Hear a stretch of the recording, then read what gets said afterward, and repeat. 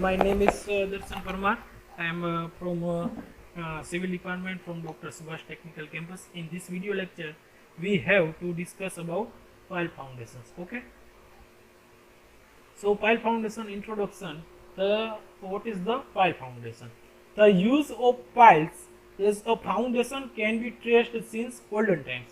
Now, the art of driving piles was well established in Roman times, and the details of such foundation were recorded by Vitruvius in 59 AD. Okay, so today pile foundation is much more common than any other types of deep foundation. अभी जो recently की हम बात करें तो deep foundation में जो pile foundation है उसका यूज है वो दिन प्रतिदिन वो बढ़ता जा रहा है as compare to other types of deep foundation, क्योंकि ये अच्छी तरीके से हम इसका फाउंडेशन डीप फाउंडेशन में उसका हम यूज कर सकते हैं. Okay, so modern pile driving started with the first stream pile drivers invented by Naismith in 1845. Piles में बी क्लासिफाइड एज फॉलो. तो जो उसका जो पाइल ड्राइविंग है वो इन्वेंशन उसका हुआ था, नेस्मिथ ने उसका इन्वेंशन किया था इन 1845 साल पे. Okay, now types of pile, different types of piles we have to study in this video lectures. One by one we have to see and teach different types of piles in this video lecture. So classification based on the functions or the use piles may be classified as. First one है वो and bearing pile, जो उसका जो bearing है वो and bearing है वो रखा जाएंगे पाइल में. Okay, second one is the friction pile. Third one वो पाइल है वो है compaction pile. Fourth tension pile और uplift pile. Fifth anchor pile. 6 fender pile and dolphins. 7th one is a better pile and 8 is a seat pile. ये one by one pile है वो हम देखने वाले हैं और इसका जो फिगर और तुम देखोगे तो आपको जो डाउट है वो क्लियर हो जाएगा. Okay, so now types of pile. तो यहाँ पे डिफरेंट टाइप्स ऑफ पाइल है वो दिया गया और ये है सॉफ्ट मटेरियल यहाँ पे जो होगा ये है बी टाइप का और सी टाइप का. यहाँ पे बेटर पाइल है, ये है seat pile.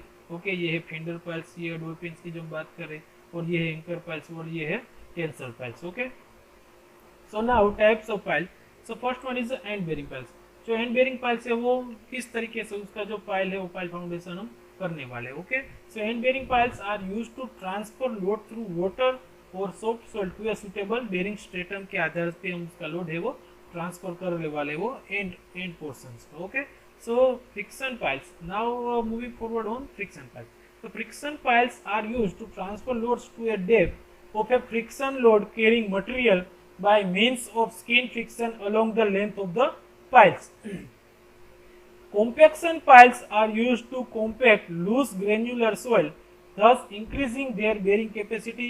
The compaction piles themselves do not carry any load, hence they may be of weaker material, sometimes of sand only.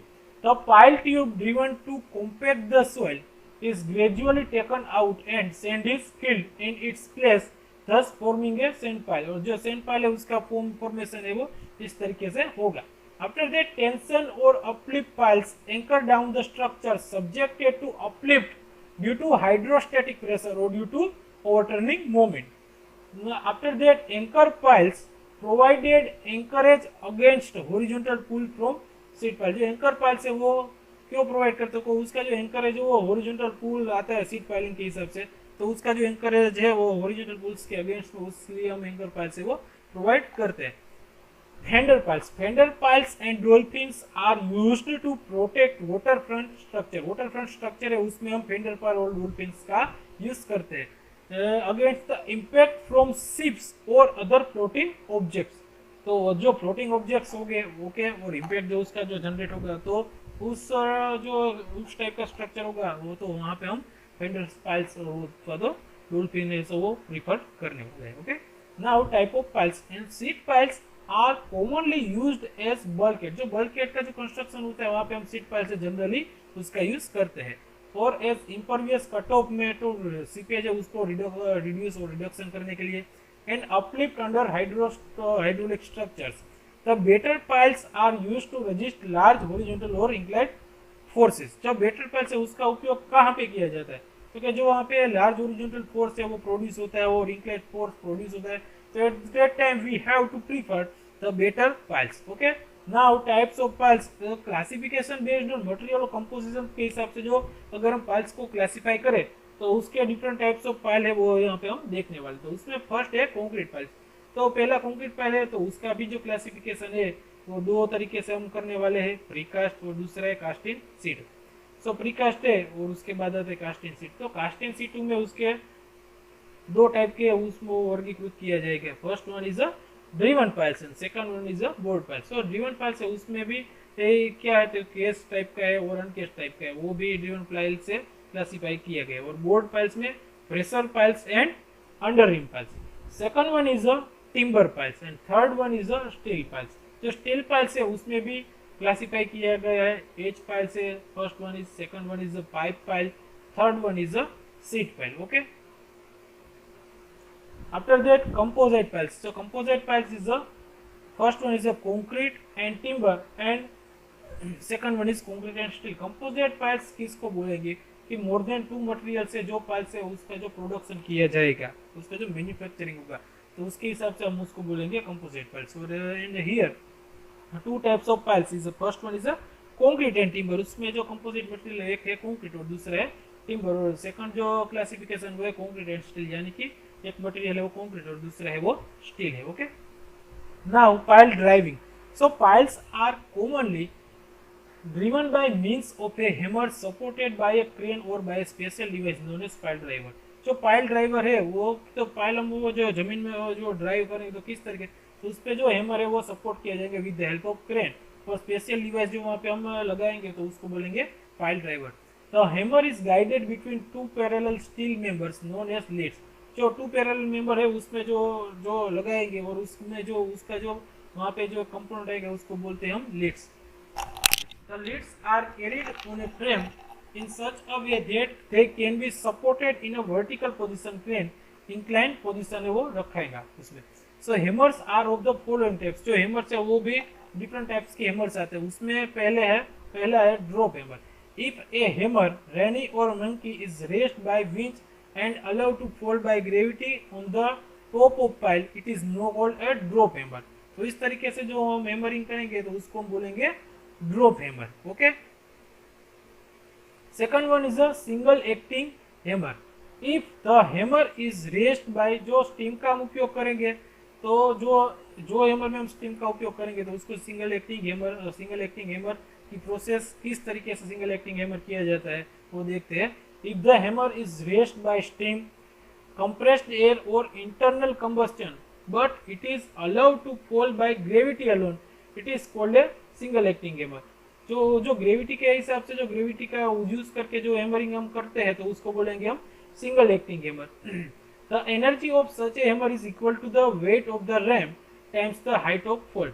तो इसकी जो हैमर की जो एनर्जी है वो कितनी होगी, तो कि जो भाई वेट ऑफ रैम का जो वेट होगा और वो हाइट ऑफ फॉल होगा तो उसके हिसाब से जो सिंगल एक्टिंग हैमर है उसकी एफिशिएंसी होगी। After that third one is a double acting hammer. The double acting hammer employs steam or air for lifting the ram and for accelerating the downward stroke, and it operates with succession of rapid blows. Okay, now fourth is a diesel hammer. The diesel hammer is a small lightweight self-contained and self-acting type using gasoline for fluid। जो उसमें जो fluid है वो gasoline का हम use करेंगे। The total driving energy is the sum of the impact of the ram plus the energy delivered by explosion. After that, fifth type is vibratory hammer. So the driving unit vibrates at high frequency. It is known as vibratory hammer. After that, we have to see load carrying capacity of piles. The ultimate load carrying capacity or the ultimate bearing resistance QUP of a pile is defined as the maximum load which can be carried by a pile and at which the pile continues to sink without further increase of load. The load carrying capacity of piles following methods. First one is dynamic formula, second one is static formula, third one is pile load test and fourth one is penetration test. Okay, now so I think you enjoy this lecture and thank you. If any query regarding to this lecture, you can also contact me on 8866 302551. Okay, thank you.